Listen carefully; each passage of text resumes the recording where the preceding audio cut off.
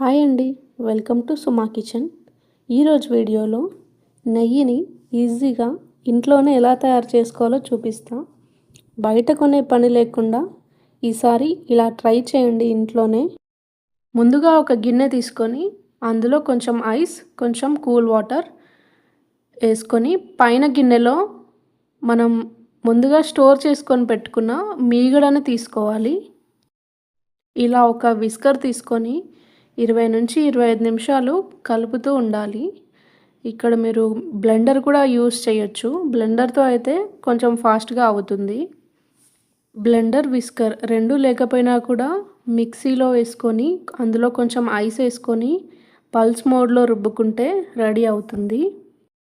పాల మీద మీగడతో చేసే వాళ్ళైతే పాలని బాయిల్ చేసుకొని చల్లారిన తర్వాత ఫ్రిడ్జ్లో పెడితే మీగడ థిక్నెస్ అనేది పెరుగుతుందన్నమాట. ఇలా తీసిన మీగడని డీప్ ఫ్రీజర్లో కానీ నార్మల్ ఫ్రీజర్లో కానీ పెట్టుకోవచ్చు.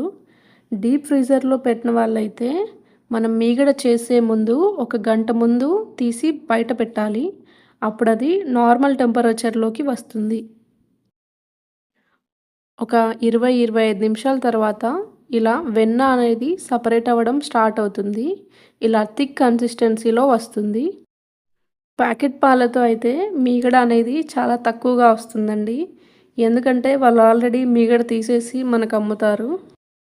కాకపోతే బయట షాపుల్లో కొనుక్కోవడం కంటే ఇలా కొంచెం వచ్చినా కూడా ఇంట్లోనే చేసుకోవడం బెటర్ కదా. మధ్య మధ్యలో ఐస్ క్యూబ్స్ వేసుకుంటూ విస్కర్తో కలుపుకుంటూ ఉండాలి. ఐస్ క్యూబ్స్ వేసుకోవడం వల్ల వెన్న అనేది ఇలా థిక్గా ఫామ్ అవుతుంది.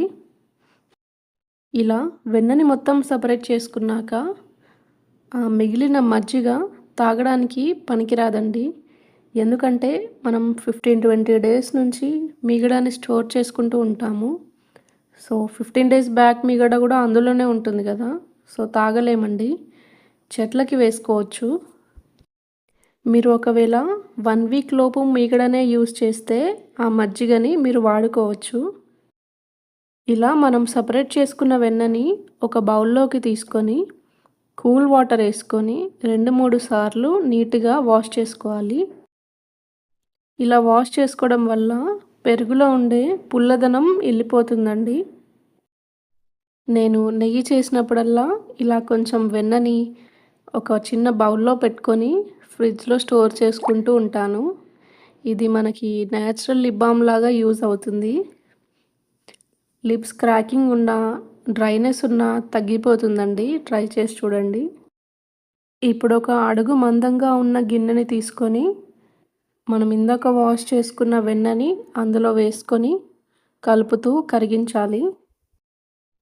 ఖచ్చితంగా మంటని మీడియం టు లో ఫ్లేమ్లోనే పెట్టుకోండి, లేదంటే నెయ్యి మాడిపోతుంది.